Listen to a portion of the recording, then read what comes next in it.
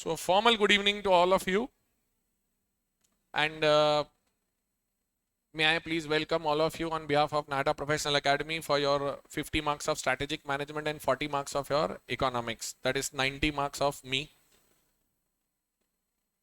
The first thing to be understood about theory subject is very clear, and I am very blunt and open on things. If students who have been with me, they know ये सीधा सीधा बता देगा मुंह फटे बहुत इन मामलों में. Theory subjects, nice to talk, good to discuss, difficult to remember, very tough to write. Nice to talk, good to discuss, difficult to remember, very tough to write. मेरे लिए बोलना, आपके लिए समझना और उस पर तर्क वितर्क करना आसान. यहां से बिठा के उसको कलम के द्वारा कॉपी में निकालना सबसे मुश्किल. इतना अरमान जितने आते हैं उन्हें एक्सप्रेस करने में, अभी अभिव्यक्त बोल दूंगा तो 3 लोग आसपास देखेंगे एक दूसरे के, what did he just say, what व्यक्त. तो अरमान जितने आते हैं तो उनको आप एक्सप्रेस करने में मेहनत लगाते हो, तो वो जितनी मेहनत वहां लगती है तो उतनी मेहनत यहां लगती है, बिकॉज बात तो हो जाएगी, दिमाग में भी रह जाएगी, पर वो दिमाग को उसे प्रोसेस करके उस हिसाब से चेंज करके आंसर के रूप में डालना is something which we need to make sure that it happens on a regular basis. So my modus operandi अर्थात पढ़ाने का तरीका, मोड ऑफ ऑपरेशन. कहाँ है वो वावा कर रहा था 2 शब्दों की इंग्लिश पे, तो उसको बोलूंगा अभी और सुन तू अभी. सो the working way would be, we will discuss things, you will have a note set of strategic management. Book आ गई कि नहीं आप लोगों के पास? इधर यस सर आया है, तो मतलब किताब मिली है. हाँ, आज लिया है स्टडी में. कितने बच्चों ने स्टडी मटेरियल लिया है? उसने मेरे से तो प्रिंट करवा लिया. मेरे नोट्स लिए कि नहीं लिए अभी तक? Okay, so it should be given to you, the books are ready. अच्छा हुआ अभी ने, बस रे बस, कौन सा बहुत बड़ा टिकट मिल गया, किताब ही तो मिली है. Listen, you will have 2 things from them. One is the book, 8 chapters book, and then you'll have one more booklet printed of MCQs. Rather than giving you a mota book, I gave you 2 books. Okay? मेरे को मैं डराने का काम ही नहीं है मेरा. You can feel relaxed. ये है ना, जब इसका हो गया तो हमारा हो ही जाएगा. देखो, न तो मैं तरुण सर की तरह फर्स्ट अटेम्प्ट पास आउट हूँ, न मैं निखिल सर की तरह यंग एज में बहुत जल्दी सीए बना हूँ. अपन है आराम से बने हुए सीए. फाइनल में लगे अपने को 4 अटेम्प्ट एक्स्ट्रा, 5वें में हुए अपन पास. ठीक है, तो इसके लिए आप बिल्कुल मत लोड लो. और मैंने जीवन में कभी फर्स्ट रैंक नहीं आया, मैं कभी कोई मेरिट में नहीं था, मेरे को कोई डिस्टिंक्शंस भी नहीं है. तो अभी क्या, बहुत सारे बच्चे एक्सप्रेस नहीं करेंगे, उनको मनी मन अपनत्व फील हो रहा होगा, ये अपने वाला है.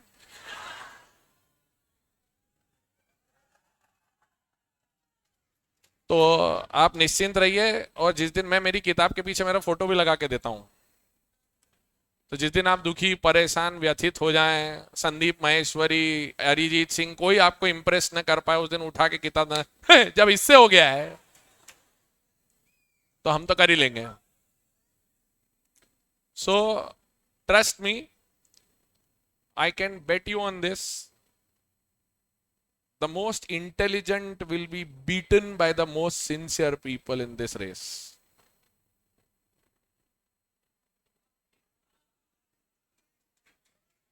ये जितने लोग तालियां बजा रहे हैं, इनके बीसीआर के नंबर चेक करो सालों के. बाबा, बाबा, life is this, I will talk to you on this, and you are thinking like this.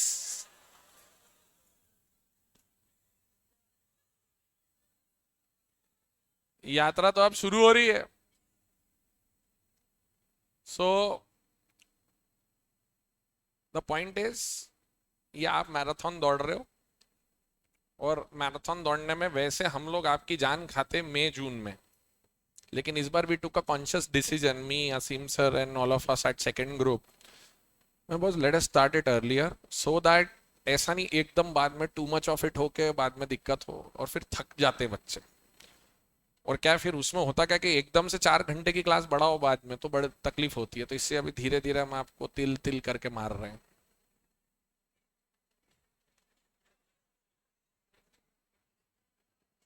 अच्छा, ये मैं आपको बता दूं, ये इंटरमीडिएट की बोध ग्रुप का एक और नाम है और वो है लैला। और लैला तेरी ले लेगी, तू लिख के ले ले।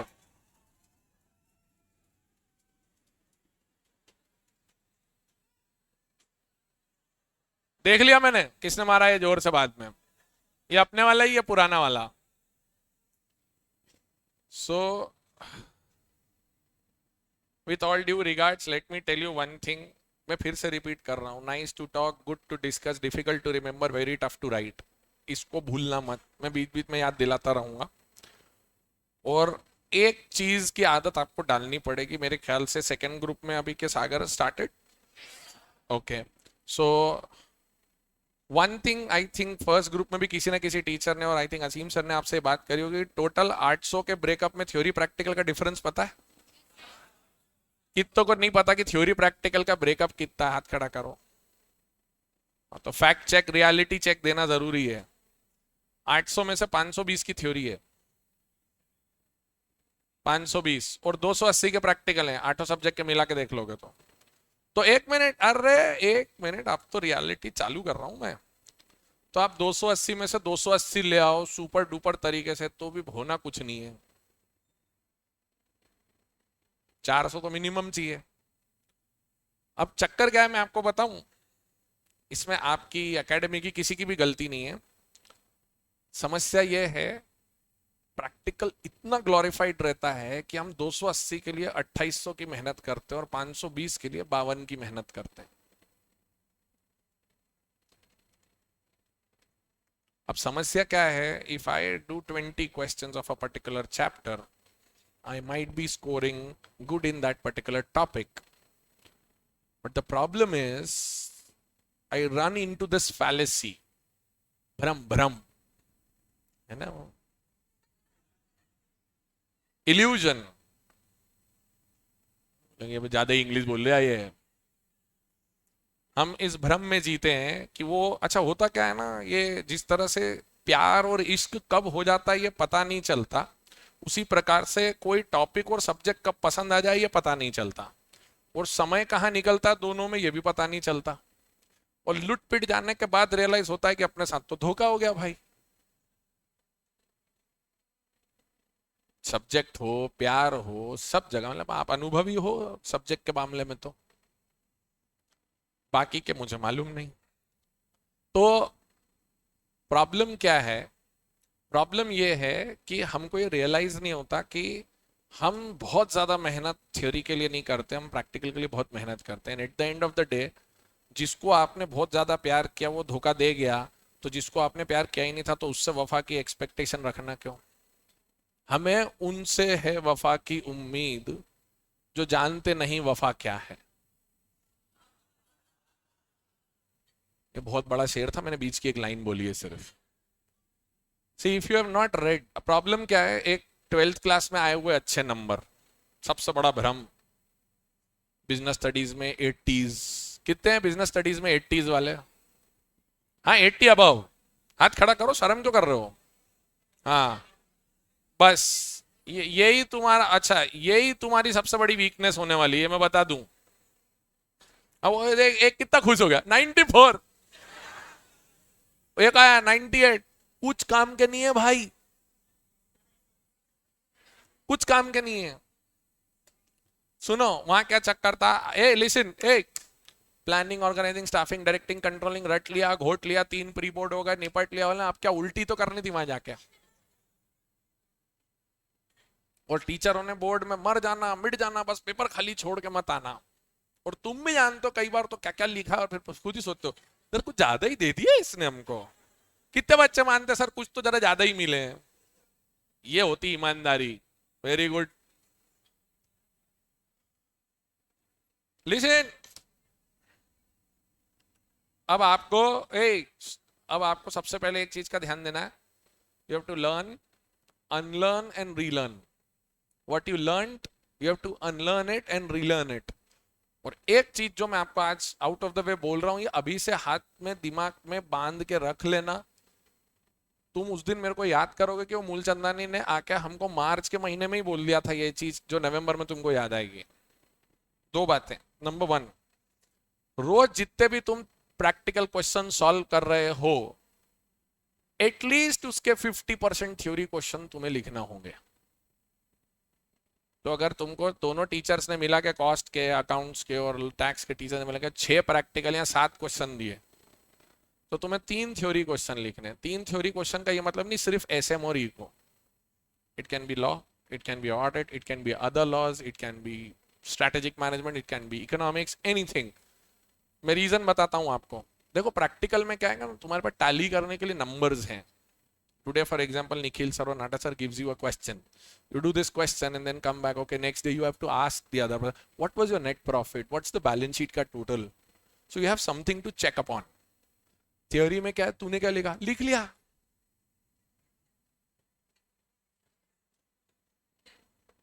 Got my point? अब वो क्या लिखा वो किसको पता? So the challenge goes in this particular matter. वो हमको क्या लगता है, और वो जो भ्रम है ना 10th 12th के अच्छे नंबर। देखो आपने मेहनत करी 12th में, मैं कभी ये नहीं बोल, I never underestimate the effort of any child. No, कुछ तो करा है तभी नंबर आए और यहाँ तक पहुंचे। बट द प्रॉब्लम इज, जिस रास्ते से और जिस तरीके से वो करा है, इस तरीके से ये होना नहीं है। यहाँ क्या है, एक ही क्वेश्चन को वो ट्विस्ट मार के पूछेगा। जैसे एक छोटा सा एग्जाम्पल देता हूँ आपको। हर क्वेश्चन के पीछे अगर उसने ये पूछा, व्हाट इज दिस, एक्सप्लेन पहला। What is this, elucidate? What is this, comment? What is this, discuss? What is this, critically examine? 12 CBSE में पीछे कुछ भी लिखा हो, जो भी टॉपिक है पूरा उड़ेल दे। Explain, elaborate, elucidate, critically examine, comment, discuss, 6 का अलग मीनिंग है।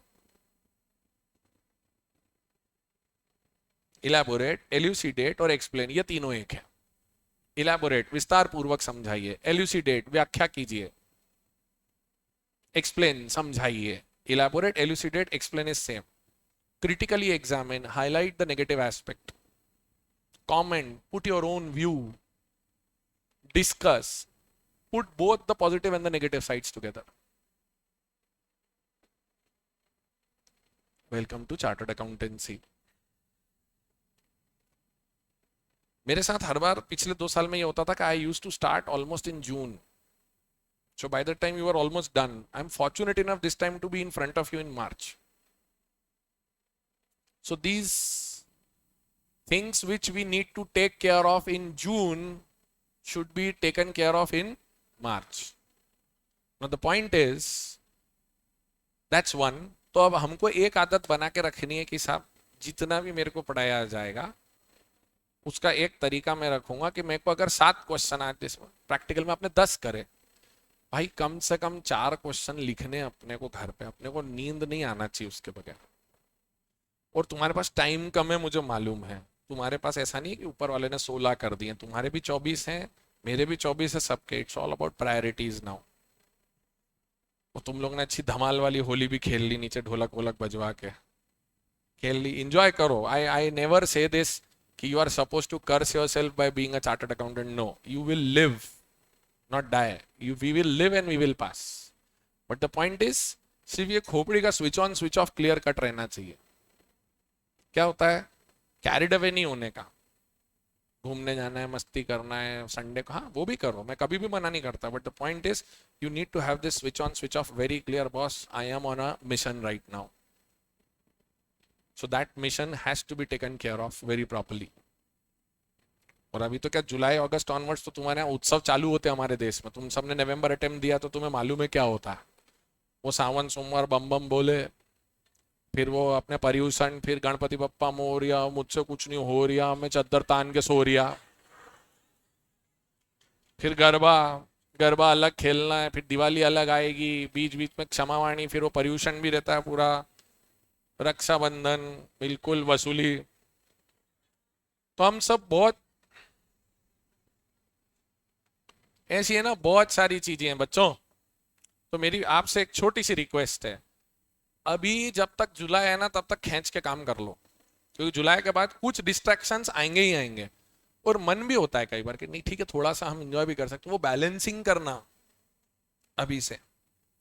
एक ये थी अनकॉल्ड फॉर एडवाइस कि मैंने तो आज पढ़ाना चालू कर रहा हूं, तो मेरे क्वेश्चंस आज लिखने के लिए है नहीं, 2-3 दिन में भी नहीं आएंगे, बट प्लीज चाहे वो सागर ने पढ़ाया हो चाहे वो तरुण सर ने पढ़ाया हो, आप एक हैबिट डाल के रखना। क्योंकि जहां तक मुझे मालूम है तरुण सर ने अ क्वेश्चन अ डे चालू किया होगा, बंद भी हो गया, मतलब उन्होंने पढ़ा दिया होगा ना उतना, तो उन्होंने रोज क्वेश्चन नहीं होंगे, तुमने किए नहीं होंगे, इसका मुझे भरोसा है। सॉरी सॉरी, क्या क्लासेस अभी नहीं लग रही, जितना पढ़ा दिया है उसके क्वेश्चन तो दिए हैं ना, तो वो कौन से कर लिए होंगे तुमने अभी तक? कितने बच्चे ईमानदारी से दिल पे आता कि बोले सर नहीं करे, सच सच बता नहीं करे।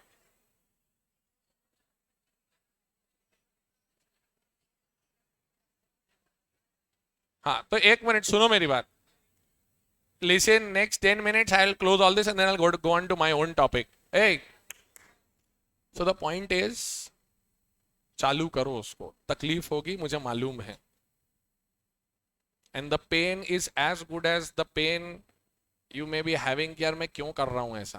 Please understand, to have a glorious century of 184 runs after 2 years, you require 2 to 3 years of back end practicing continuously without thinking about the result. You have an inspiration called Virat Kohli in front of you. When I was a student, I had an inspiration called Sachin Tendulkar. He was also under the same kind of a pressure into the last days of his career. People gave him advices from weird to weird things. He was the one who was focused on to what he can do the best. You are here equipped by your family, equipped with proper books, proper stationery, good mobile phone, a healthy body which your parents have raised properly. ये सब क्या ध्यान नहीं जाता है, बचपन में टेढ़ा पकड़ लिया होता ना तो लूले लंगड़े हो गए होते तुम लोग, ये सच है। तुमको इतने नाजुक तरीके से पाल पोस के बड़ा करके अच्छी शिक्षा देकर समझाकर यहां तक भेजा है, तो it is your moral duty now that you are the intelligent lot out of, let's say, 3,000 people or 5,000 people, 1,500 passed. If 500 students are here right now, it is your moral responsibility कि boss मैं इस level तक आ गया हूं तो मुझे आगे और करना ही चाहिए। और आगे करने के लिए मैं आपको ये नहीं बोला हूं शीर्षासन लगा के खड़े हो जाओ। See, the point is, whatever the process is going through, you be a part of it with your mind, body and soul. क्या है, कॉलेज तुम गए नहीं हो, तुम्हारे लिए यही कॉलेज है, बातें होंगी, मुलाकातें होंगी, फिर बातें होंगी, फिर मामला कॉम्प्लिकेटेड होगा, ही और she understands me very well, इन सब चीजों से दूर रहें। ये बाद में भी हो सकती हैं, लेकिन बाद में क्या नहीं हो सकता, आपका confidence. So there are few caveats, चेतावनियां है ना, बीसीआर और पता नहीं कैसे पढ़, तो caveats to take care, एक ये।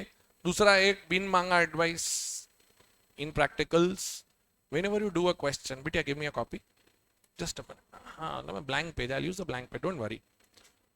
For example, when you do a solution either with Nata sir or with Nikhil sir or with Ashish sir, anywhere when you do a practical question, usually start, usually start from this page and complete it till here. Generally 2 page में आ जाता है solution. Generally.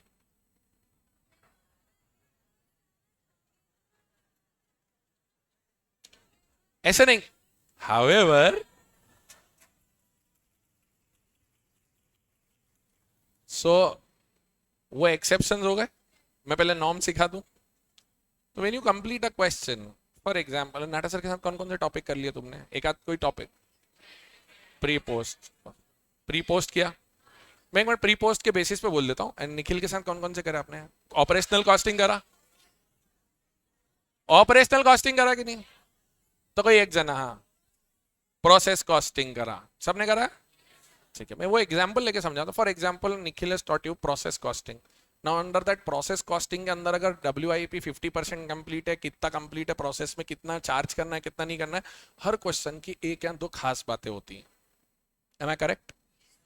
तो जो दो खास बातें होती हैं उसके लिए तुम पूरा क्वेश्चन करते हो. So basically, if I can tell you, out of the full question, the new learning in every question is of 20%.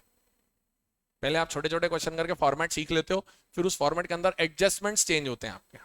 Now my request to you is whenever you do a question, for example, it's done on here. इस पूरे question की खास बात जो नई थी इसमें, उसको ऊपर यहां और यहां अपनी इंग्लिश में लिख लो. English, Hindi and English mix. I tell you why.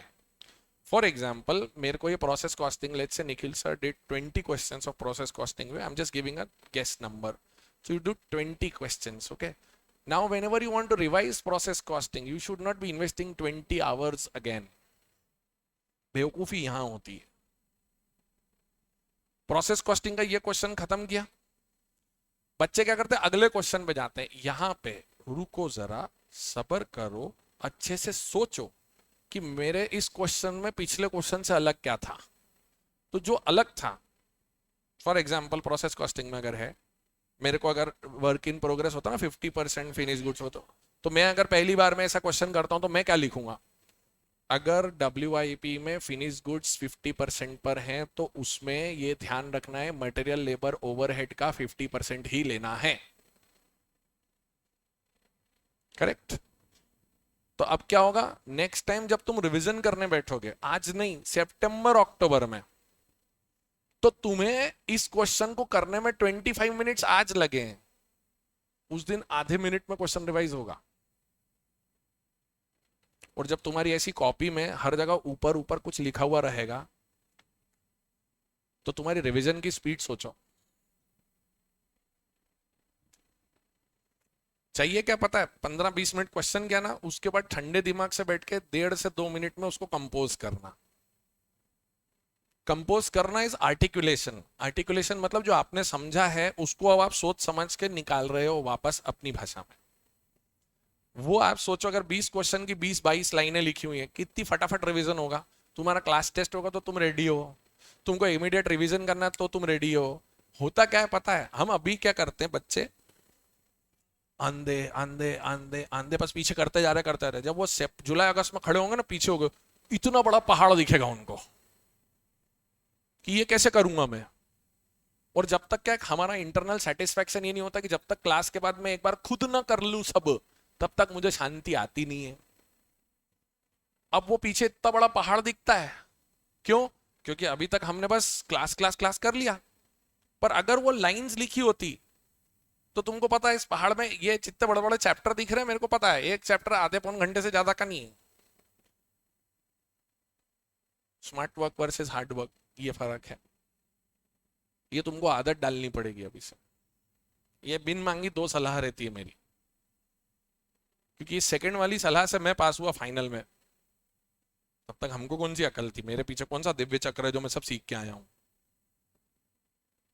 बड़े कहते हैं जब आपका अनुभव बढ़ता है, एक्सपीरियंस बढ़ता है, तो आप ये नहीं बता सकते कि आप क्या क्या कर सकते हो, आप ये जरूर बता सकते हो कि आपको क्या नहीं करना है. Being experienced is not about what all I can do. Being experienced is about what to do and what not to do. इन चीजों से पास नहीं होंगे. तुम लोगों के सामने इंस्टाग्राम है, रोज आके नई गानी सुना देता हो तुम लोगों को कुछ ना कुछ. किसी के भी 30 सेकंड के व्लॉग में तुम जी नहीं सकते हो, समझो. तो थोड़ा सा इन बातों का ध्यान रखना. पहला, मैं थ्योरी कब से लिखूंगा, एग्जाम में जाके जलवा दिखाऊंगा. बेटा तेरा हलवा बना देगी इंस्टीट्यूट. ठीक है, मैं थ्योरी अभी से लिखना चालू करूंगा. और सबसे बेस्ट है थ्योरी मैं पढ़ाऊं, तरुण सर पढ़ाए, कोई भी पढ़ाए, जो भी सब्जेक्ट्स हैं, घर जाकर अगर उसको आप एक बार ब्राउज कर लेते हो ना डेली बेसिस पे, तो तसल्ली हो जाती है कि यार मैं मॉड्यूल के साथ चल रहा हूँ. मेरे नोट्स 100% मॉड्यूल बेस्ड है, 100%. तो आप निश्चिंत रह सकते हो. मेरे नोट्स पढ़ने का था, आपने एक बार मॉड्यूल पढ़ लिया तो हो गया काम. और मॉड्यूल नहीं भी पढ़ा तो सारे की कॉन्सेप्ट्स मेरे इसमें हैं. इस बात को मैं हवाबाजी में नहीं कह रहा हूँ, मेरे फाउंडेशन के बच्चे जानते हैं, बट वहां सिर्फ एमसीक्यू था बेटा, यहाँ एमसीक्यू प्लस थ्योरी है, तो यहाँ थोड़ी मेहनत बढ़ेगी अपनी। एमसीक्यू तो है ही, पर मेहनत और बढ़ेगी साथ में। तो आप इस बात का भरोसा रख सकते हो। I will give you 3 ways of studying. Number 1, पहला तो मैं आपको बुक दूंगा, एमसीक्यू बुकलेट रहेगा, एमसीक्यू बुकलेट रहेगा। तीसरा, आपको मैं रिवीजन स्लाइड्स दूंगा। मैं फाउंडेशंस में भी बच्चों के लिए करता हूँ, पूरे टॉपिक्स की समरी बनाकर रिवीजन स्लाइड्स दे देता हूँ, which will be there in the mobile app.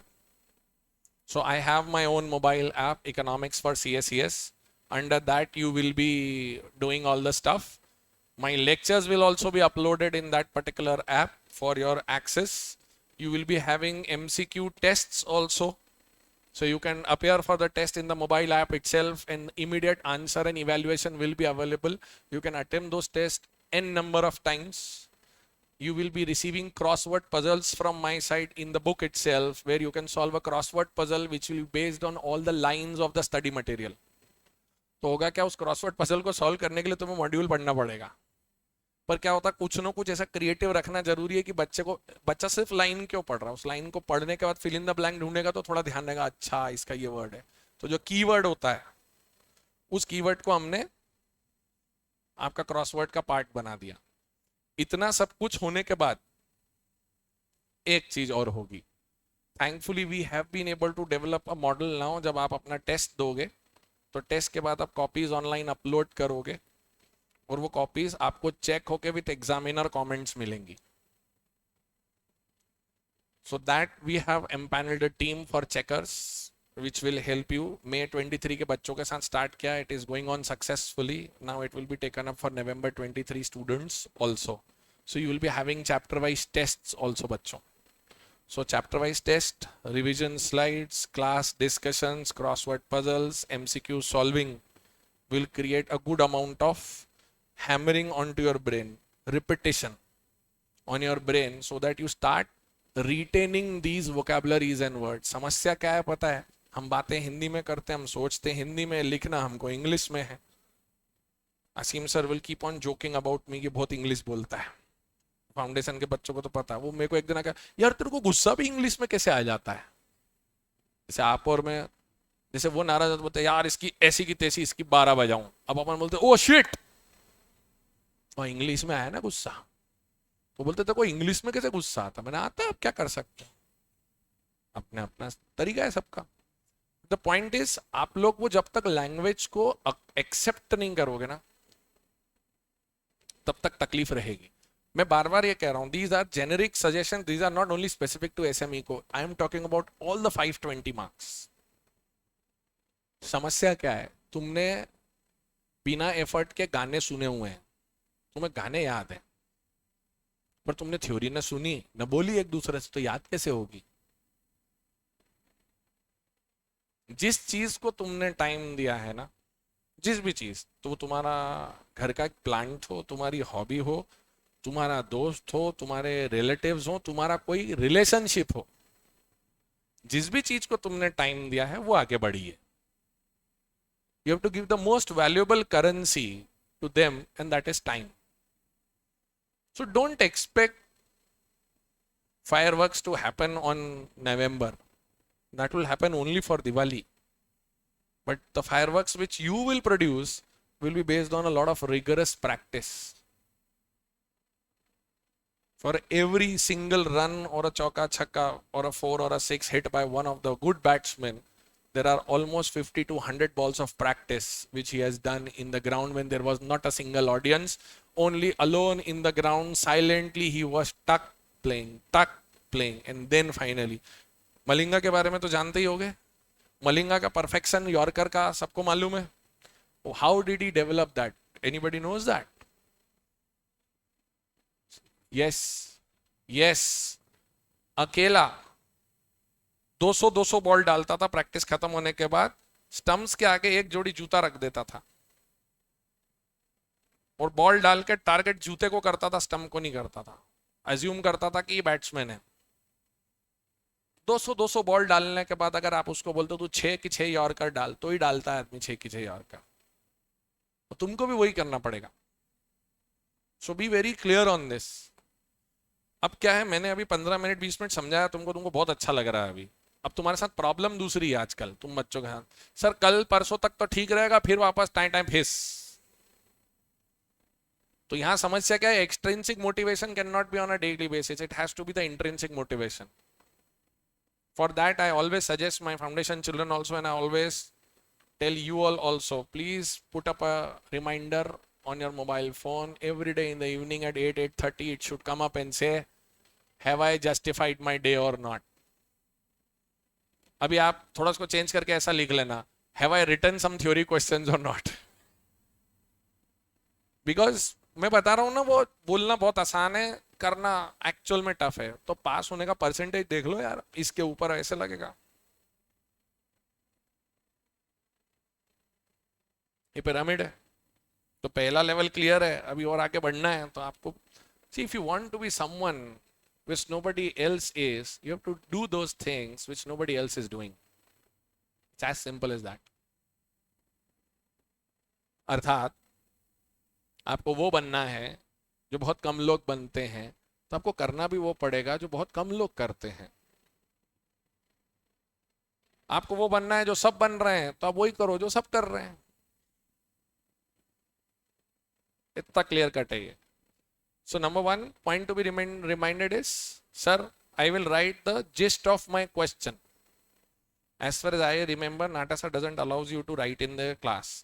He tries that you should retain the topic and solve the question at home. When you bring the solution, when you complete the solution and you discuss it with sir or next day, you have to remember those 2 lines and rewrite those 2 lines. For example, pre-post profit की बात करते हैं, तो pre-post profit में ऐसा होता है ना कि प्रॉफिट को नॉर्मलाइज करना रहता है. एक्स्ट्रॉर्डनरी एक्टिविटीज और एक्सेप्शनल आइटम्स हटाने पड़ते हैं. तो तुमको पता है गिनती के 10-12 आइटम है, वो एक एक बार याद करके लिख लो ना. Sale of assets will not be included. Insurance claims received of fire shall not be included. ऐसे ही थे ना कुछ कुछ एडजस्टमेंट्स. प्री पोस्ट में क्या है, हाँ जो भी, एक तो प्रोपोर्शनेटली डिस्ट्रीब्यूट करोगे. प्रॉफिट जो उठाओगे तुम, वो प्रॉफिट को तुम्हें एवरेज आउट तो करना पड़ेगा ना, एक्सेप्शनल आइटम्स छोड़ के. अच्छा वो लॉस ऑफ स्टॉक और उसमें है, सॉरी, हाँ वो एक loss of stock loss of profit वाला जो उसके अंदर है. प्री पोस्ट में तुमको टाइम वाइज बांटना पड़ेगा, इतने महीने ये इतने महीने ये, बराबर. सो ये अब आपको एक बार बताओ, 10 क्वेश्चन करके भी करना यही है ना. तो फर्स्ट टाइम या सेकंड टाइम का एक नोट बना के रख लो ना उसमें. और वो नोट बता रहा हूँ कॉपी में क्वेश्चन के ऊपर ही बनाना. यहाँ बच्चे हैं ना थोड़े से ज्यादा सोफिस्टिकेटेड हैं, they will pull out some sticky notes and then try to decorate it and put it there. अबे खसमाणु खानिया, 6 महीने में जब गोंद खत्म हो जाएगी वो चिंदा उड़ के कहां जाएगा, तेरे को क्या पता चलेगा.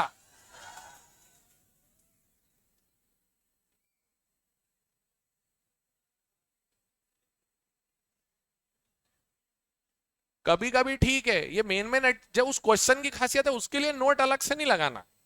वो रंग बिरंगा अच्छा लगता है हमको. मैं खुद बच्चों से BCK में करवाता था, बट पता है एग्जाम 1 महीने बाद है, यहाँ अभी लंबा रास्ता है. तो मेक श्योर उन्होंने ढंग की क्वालिटी के खरीदना वो स्टिकी नोट. 10 रुपए की टुच्चाई में वो गोंद सस्ती आ जाती है उसमें, फिर वो चिपकती नहीं है, उड़ के कहीं और चली जाएगी, जिसको मिलेगा बढ़िया है समरी रखो. तो प्लीज मेक श्योर. ओके, तो ये हो गई जेनरिक बातचीत. अब आपको ऐसा ना लगे कि मैं सब्जेक्ट पढ़ के नहीं आया हूँ, आज फर्स्ट डे टाइम पास कर रहा हूँ. तो जरा काम की बात कर लें.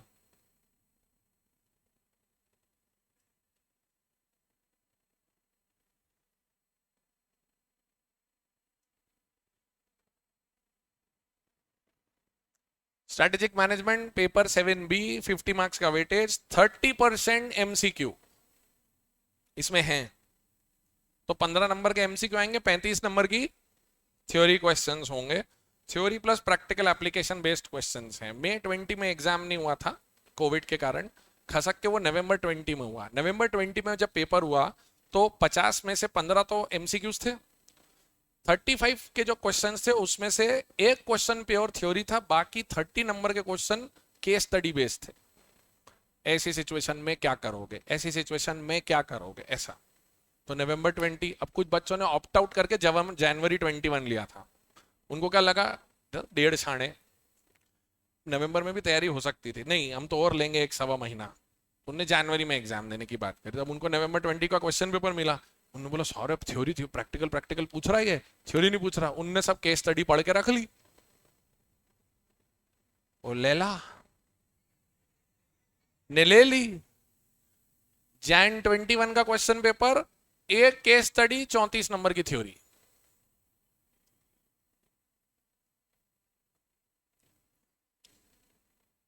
मैं आपको गारंटी दे सकता हूं, अगर आपका डिनोमिनेटर 800 नंबर का है तो आप इतने गधे नहीं हो कि 400 नहीं ला सकते।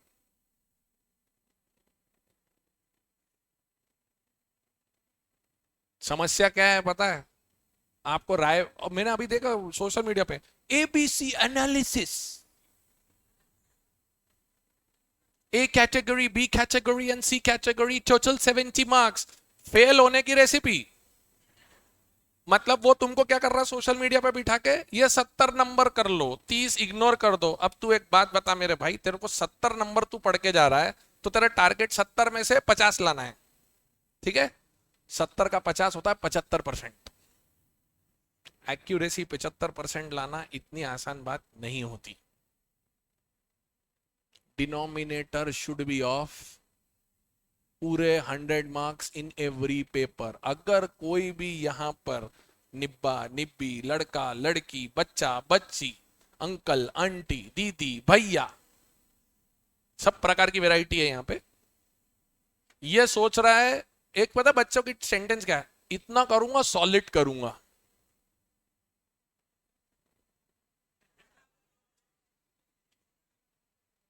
पूरा 100 का डिनोमिनेटर मांगता है,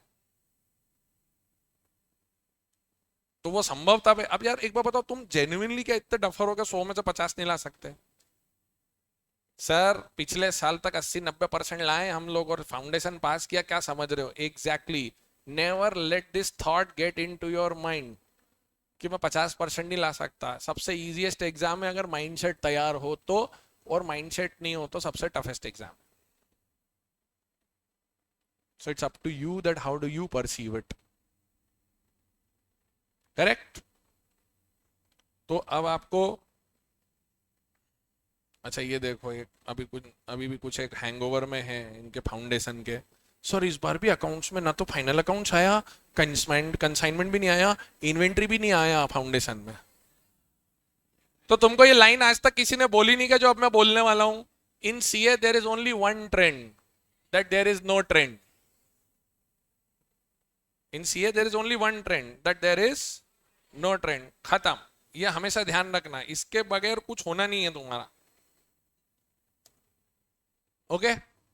8 चैप्टर पढ़ने, इसके बाद आ जाता हूं economics of finance, CA intermediate paper 8B, 40 marks. इस 40 के लिए 14 चैप्टर है, theory plus practical application based question जिसमें भी हैं। Total 4 units, 14 chapters in all. First unit के अंदर 2 चैप्टर, सेकेंड यूनिट के अंदर 4 चैप्टर, थर्ड यूनिट के अंदर 3, 4 3 7 2 9, और लास्ट वाली में 5। 4 बेसिक मुद्दे पढ़ाएंगे वो आपको। सबसे पहले पढ़ाएंगे, अब जैसे मैं लाइन बोलूंगा देखना रिएक्शन ये तो आता है, नेशनल इनकम। बोल बोल बोल, आता है, बोल बोल बोल बोल बोल। फिर मैं बताता हूं। सर यही तो छोड़ के गए थे हम। मैं उसका कारण बताता हूँ। नाम सुन के, अच्छा बच्चे यही करते हैं। बच्चे क्या करते हैं, पहले दिन सिलेबस खोलते हैं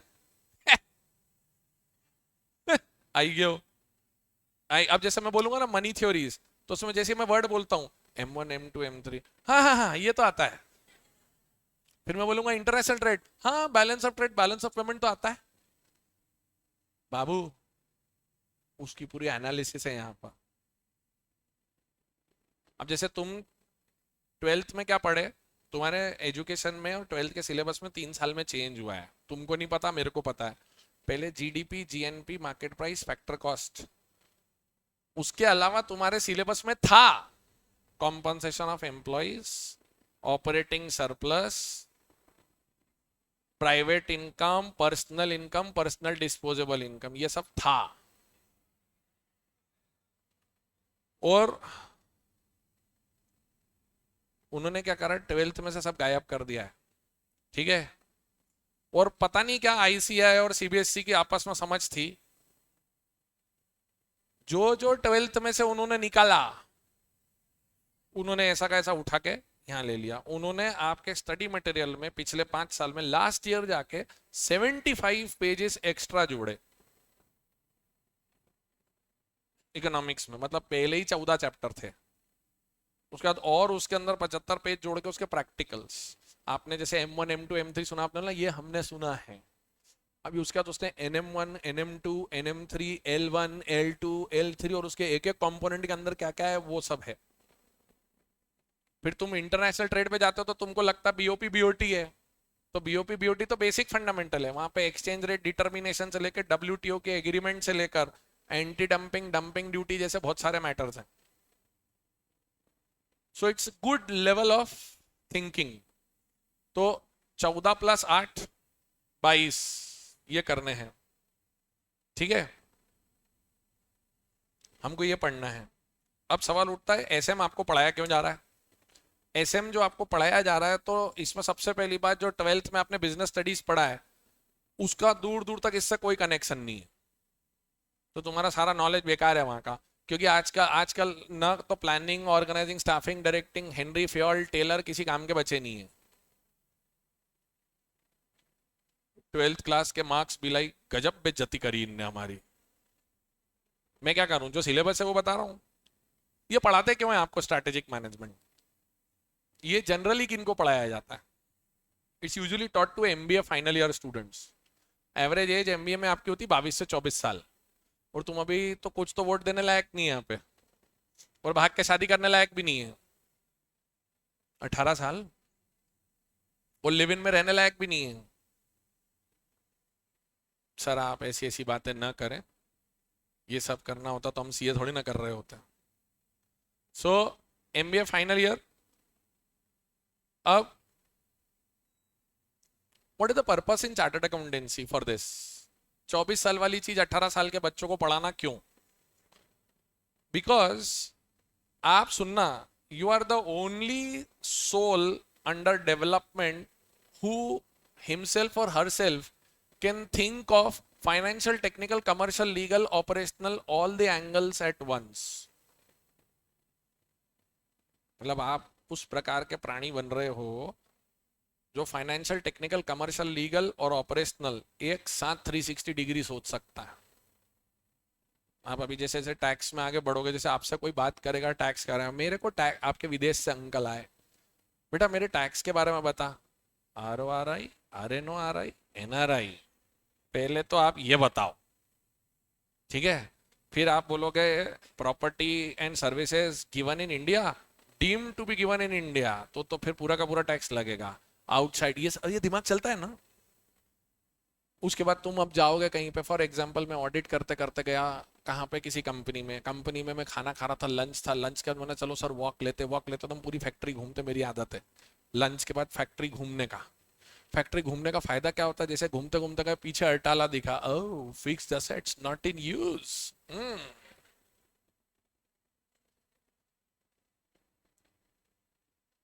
फिर चौकीदार के साथ खड़े होकर थोड़ी देर बात करी, गेट पर बात करी तो रजिस्टर देगा, oh goods not being entered on time basis, okay. ये इतनी तेज खोपड़ी ना आपके मेरे जैसे लोगों की चलती है। वो एमबीए बीबीए वाले होते हैं ना, जो red day green day blue day मनाते हैं, उनको तो वो रहता है पनीर अच्छा था, एचआर वाली बड़ी सुंदर है।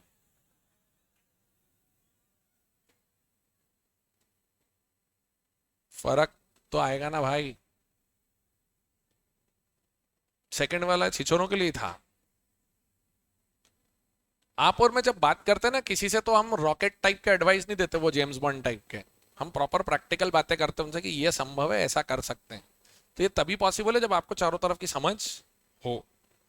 सो to make advice from CA more practical than the bookish.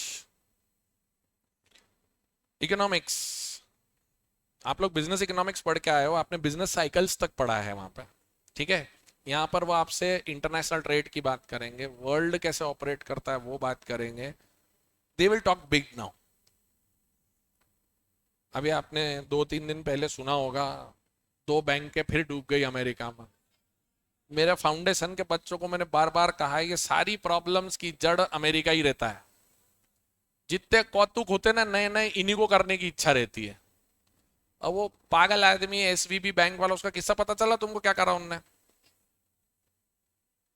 वो इकोनॉमिक्स में अपन करेंगे केस स्टडी उसकी, मतलब बाकायदा I will explain you why the hell this is happening. और इंटरनेशनल थ्योरीज जो 150-200 साल से लिखी गई हैं, आप फंडामेंटल पॉइंट को छेड़ोगे. उनको क्या था 200 साल पहले कि उनने जो लिख के छोड़ रखा है, उनको कौन सी रॉयल्टी मिल रही है उस चीज की? But there are certain discipline habits which you have to do. A bank has to be discipline. Bank can not play. In the case of this American bank which has collapsed, they played around. वो play कर गए तो फंस गए. जैसे ही banking का basic fundamental छेड़ा, collapse हो गई बैंक. तो ये क्यों हो रहा है, कैसे हो रहा है, ये सब आपसे समझा जाता है. अब ये सब क्यों पढ़ाते पता है तुम लोगों को?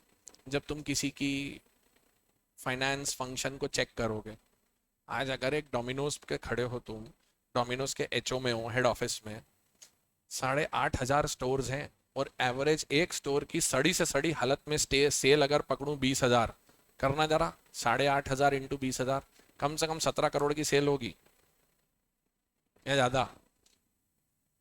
तो जीरो गिन लो बस, मैं वही चाह रहा हूं. 17 करोड़. बस सबसे मैं कितनी गंदी अमाउंट ली मैंने, 20,000.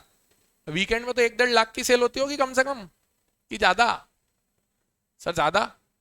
सर 17 करोड़ रुपया रोज आ रहा है. एक समझना पॉइंट.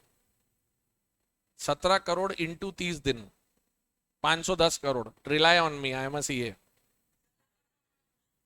17 करोड़ इंटू 30 दिन, 510 करोड़. अभी एक बात बताओ, 510 करोड़ मेरे करंट अकाउंट में पड़ा है. अगर इस 510 करोड़ को मैं शॉर्ट टर्म इन्वेस्टमेंट कर दूं कहीं पर, तो 510 करोड़ एवरेज मंथली इन्वेस्टमेंट हर बार.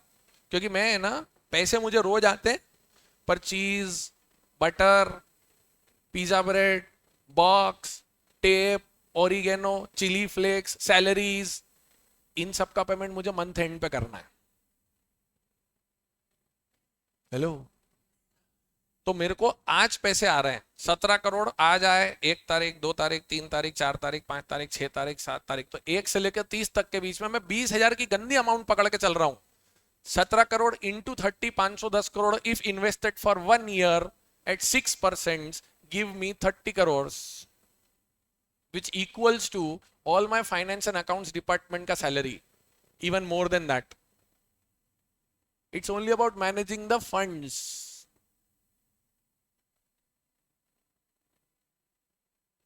बोला ना, अपन यहाँ हैं, अब अपन यहाँ जाएंगे. तो ऐसा सोचने का. तो ये थ्योरीज आपको वो सिखाती क्या लिख रहा है, how the world operates, how the businesses function, why the economy behaves the way it behaves. मेरे बच्चे और आप लोग भी पिछले साल जब नवंबर तक पढ़ रहे थे, मार्च 22 से आपने school, sorry June 22 you started your classes. जून 22 से लेकर अक्टूबर नवंबर 22 तक के बीच में 2 से 2.5% रेट बढ़ाया आरबीआई ने. होम लोन्स महंगे कर दिए. क्यों करे? The way it has to behave. उस समय उन्होंने बोला महंगाई बढ़ रही है, महंगाई बढ़ रही है, महंगाई बढ़ रही. उस रेट कंट्रोल का बेनिफिट अब मार्च में दिख रहा है. महंगाई 22 महीने के सबसे निचले स्तर पर है, 3.5% पर. जो 12-15% पे थी फूड आर्टिकल्स, महंगे हो गए थे बहुत. अब चक्कर क्या, दुनिया सिर्फ पेपर पढ़ के मजा बनाती है और इन शॉर्ट्स पढ़ के बातें करती है. तुम्हारे और मेरे जैसे लोग समझते हैं इस चीज को क्यों हो रहा है. तो जब तुमसे कोई सलाह मांगता है तो तुम्हें पूरा कंटेक्स्ट देने को पता होता है कि सर ऐसा इसलिए हो रहा है और मैं आपको सलाह दूंगा, आप ऐसा करो. तो वो जेम्स बॉन्ड नुमा बातें करने के बजाय प्रैक्टिकल बात करना हो तो आपको ये इकोनॉमिक्स और एसएम की जरूरत पड़ती है.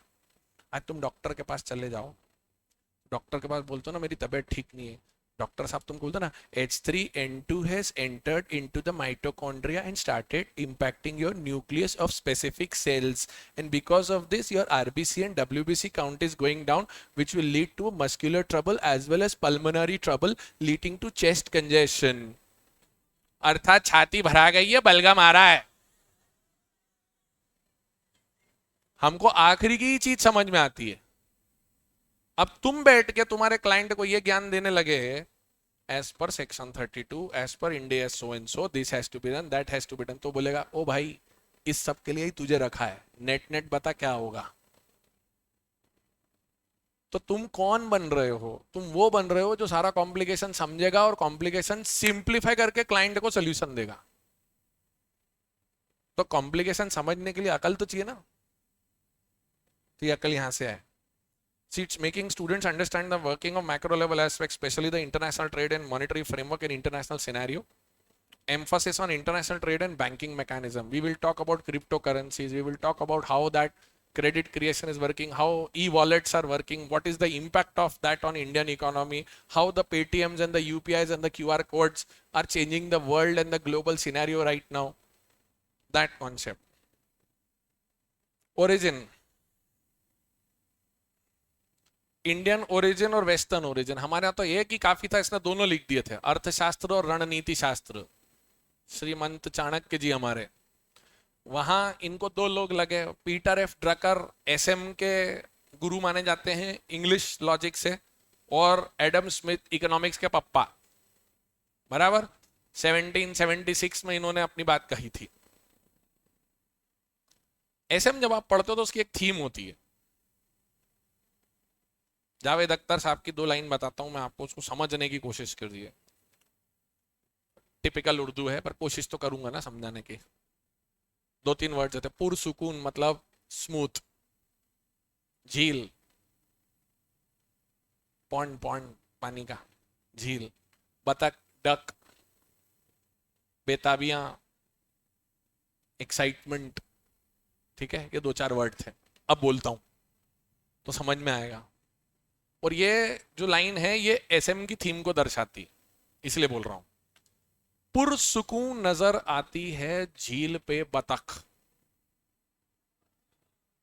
Have you ever seen a duck sailing in the pond? How does the duck goes into the pond? Duck ऐसे यूं छपाक करके जंप करती क्या? करती क्या जंप छपाक? क्या करती बतख? सर बतख है ना ऐसे यूं धीरे से,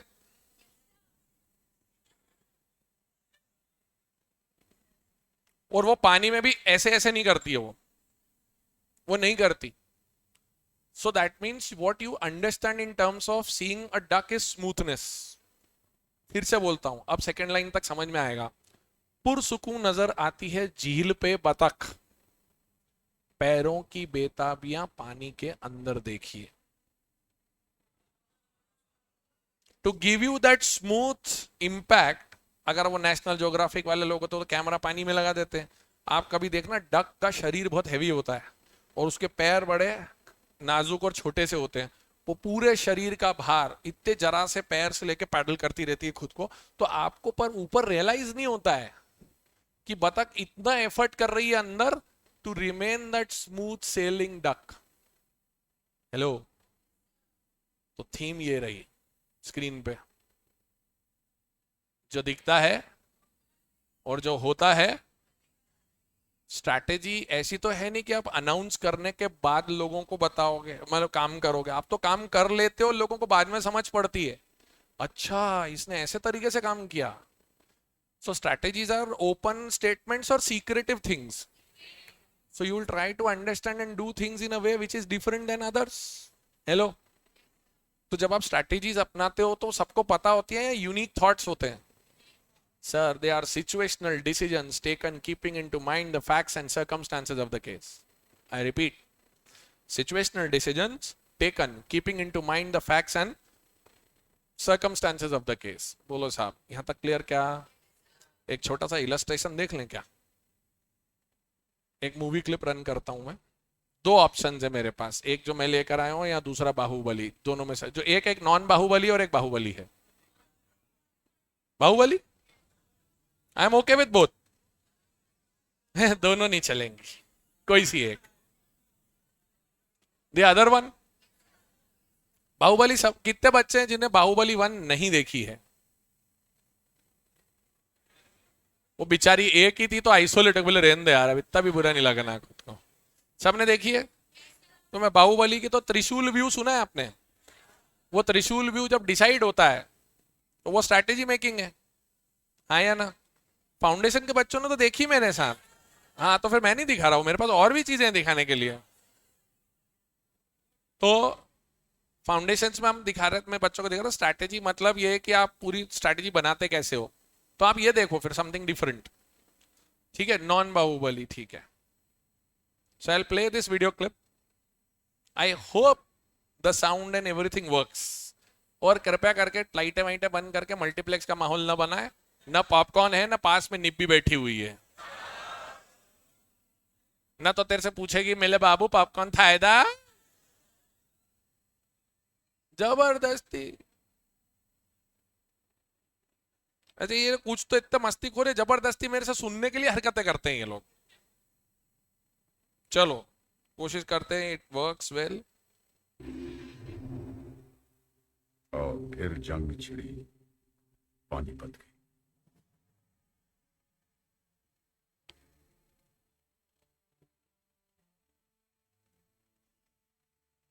एक तरफ था राजा हेम, जिसकी सेना मुगल सेना से 2 गुना अधिक थी।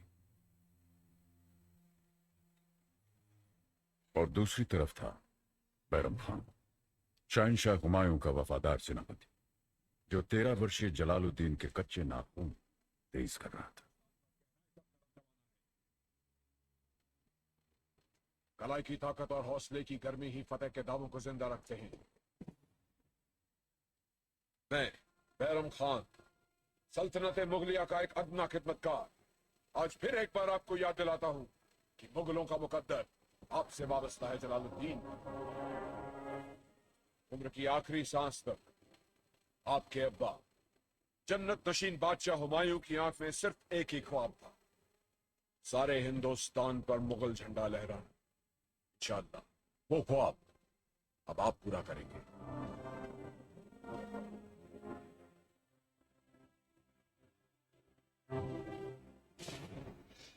शहंशाह रईयत जलालुद्दीन मोहम्मद जिंदाबाद।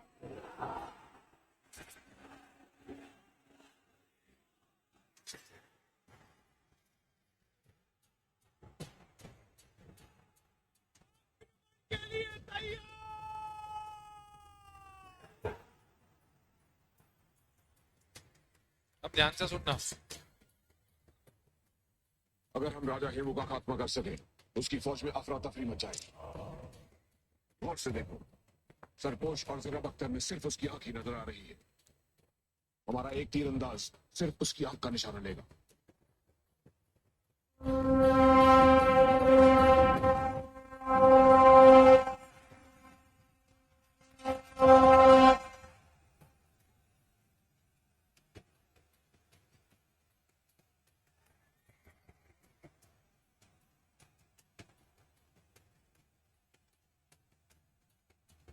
सिपाही और घुड़सवार,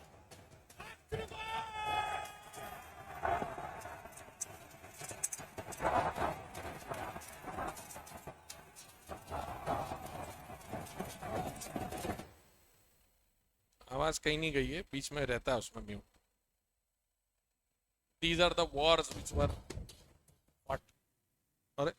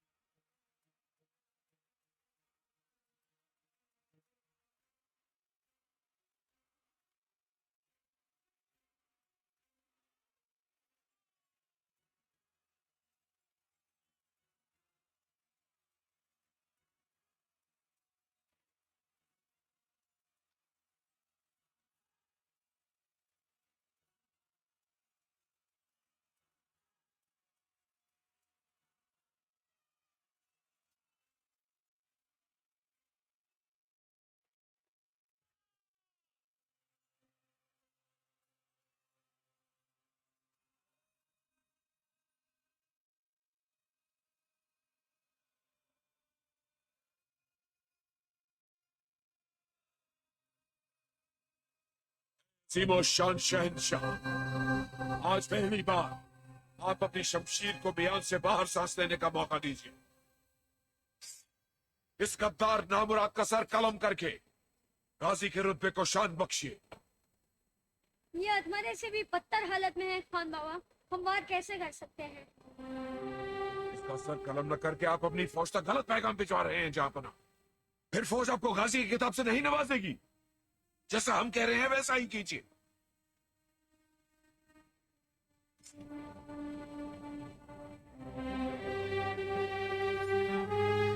सिपाही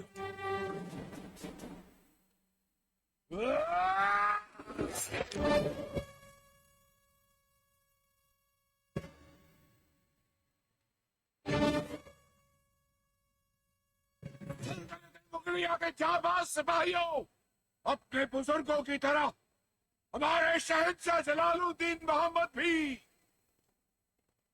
गाजी का मर्तबा रखते हैं। बादशाह सलामत का Iqbal. What was the strategy? एक जना को हाथ खड़ा करके।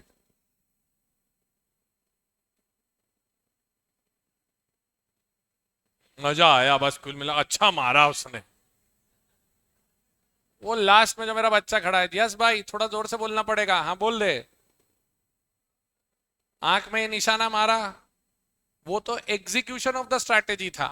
आपने ध्यान से, मैंने शुरू में बोला था, उसने बोला था ध्यान से देखो, अगर हम राजा हेमू का खात्मा कर पाए तो उसकी फौज में अफरा तफरी मच जाएगी। If you destroy the leader, the person giving the directions, nobody can work. So rather than, Hemu की सेना 4 गुना बड़ी थी बैरम खान की सेना से, फिर भी जीते। Reason being you targeted the weakness of your opponent. उसके पूरे जैकेट के और पूरे ड्रेस के बीच में सिर्फ ये पोर्शन विजिबल था। बोले निशाना लेके, बोले हमारा तीरंदाज वहां तक जाएगा, इतनी दूर से तीर चलेगा नहीं, तीर को रेंज में आना पड़ेगा। आपने ध्यान दिया, गोला बना के गए वो, उसको प्रोटेक्शन दिया उन्होंने कि तू रेंज में आ।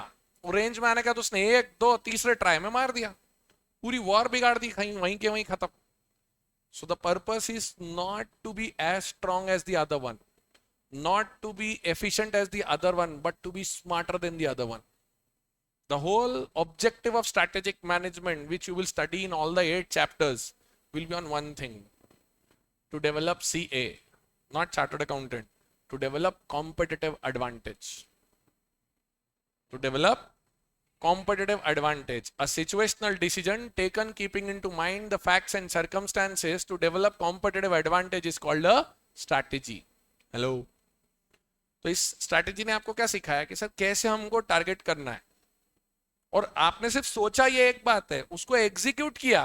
तो strategy is not only about good thinking but about proper execution also. अच्छा सोचना, साथ साथ उसे अच्छे से एग्जीक्यूट करना। तो ये 8 चैप्टर आपको दिखाएंगे स्ट्रैटेजी क्या होती है, कितने लेवल्स पे बनती है, उससे क्या फायदे होते हैं, उसको कैसे एग्जीक्यूट करते हैं, उसमें क्या क्या बारीकियां हैं। ये है हमारा 50 नंबर का syllabus. Okay, thank you for being here today. We'll continue it from tomorrow chapter wise. Okay, thank you.